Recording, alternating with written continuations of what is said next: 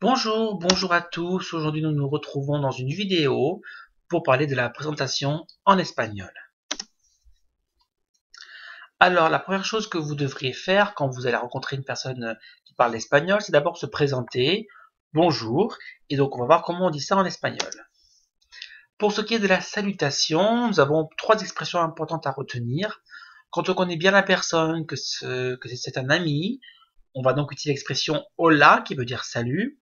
Pour ce qui est plus par exemple par un patron, par exemple une personne que l'on ne connaît pas dans la rue qui passe, eh bien on utilisera l'expression buenos días avec un accent sur le i et buenas tardes, donc bonjour et bonsoir. Pour ce qui est de la séparation, adios avec l'accent sur le i, au revoir, buenas noches, bonne nuit, hasta pronto, à bientôt, hasta luego, à plus tard, hasta mañana, à demain, hasta las 10 de la mañana, à 10 heures demain. Pour demander l'état de quelqu'un, il faut donc utiliser l'expression como plus le verbe estar. Vous savez peut-être qu'en espagnol, il y a deux verbes être, ser et le verbe estar. Nous reverrons cela à la fin de la vidéo, mais vraiment ne pas confondre cet emploi. Ser, c'est plus pour une caractéristique et estar, c'est plus pour quelque chose qui va changer. Yo estoy, tú estás, él está, nosotros estamos, vosotros estáis, ellos están. Ceci est la conjugaison du verbe estar au présent. Donc par exemple l'expression comment vas-tu aujourd'hui?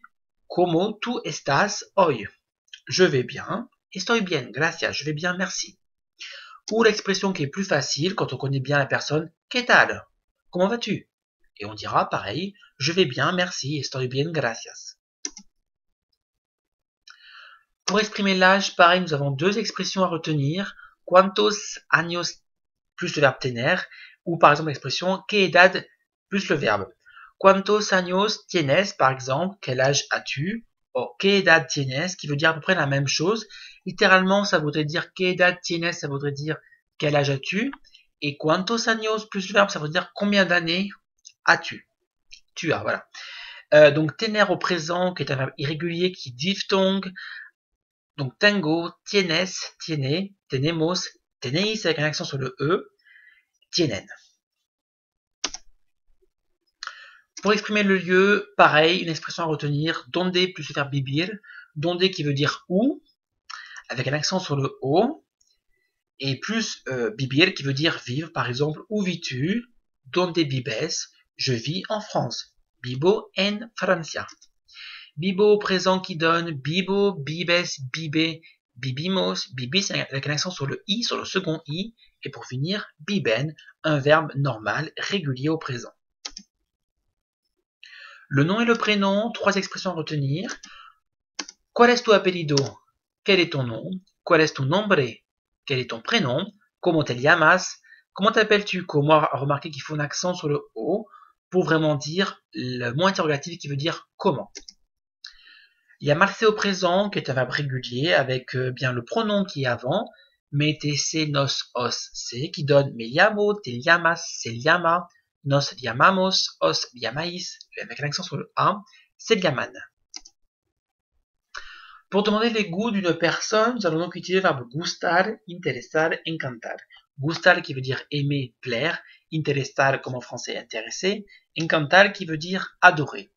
Donc ces trois verbes fonctionnent de manière différente que les verbes réguliers au présent. On ne peut pas conjuguer le verbe gustar à toutes les personnes, ce n'est pas possible. Il se conjugue seulement, comme c'est marqué, à la troisième personne du singulier ou du pluriel.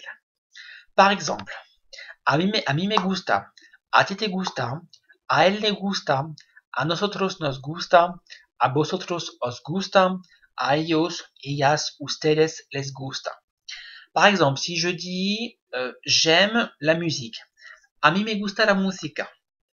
En revanche, si je dis j'aime les voyages, a mí me gustan los viajes.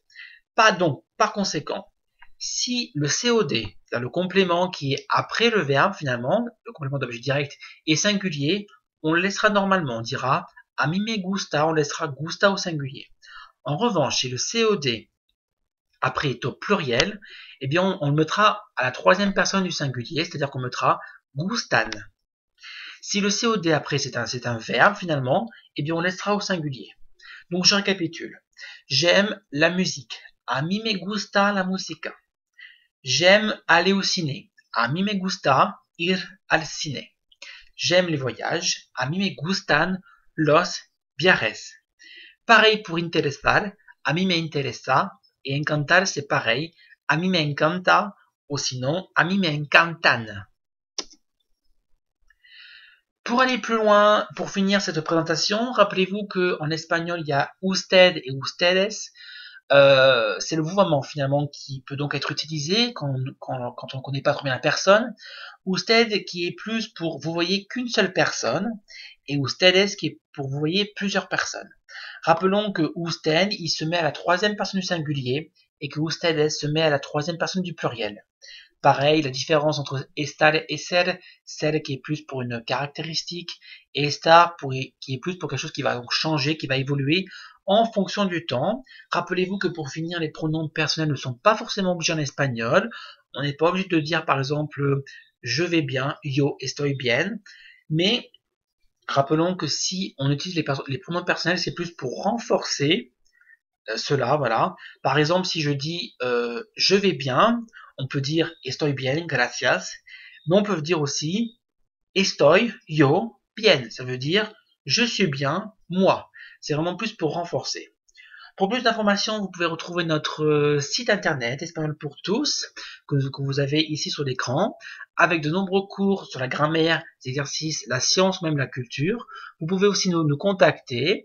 Nous vous souhaitons une agréable journée et bon courage et à bientôt j'espère.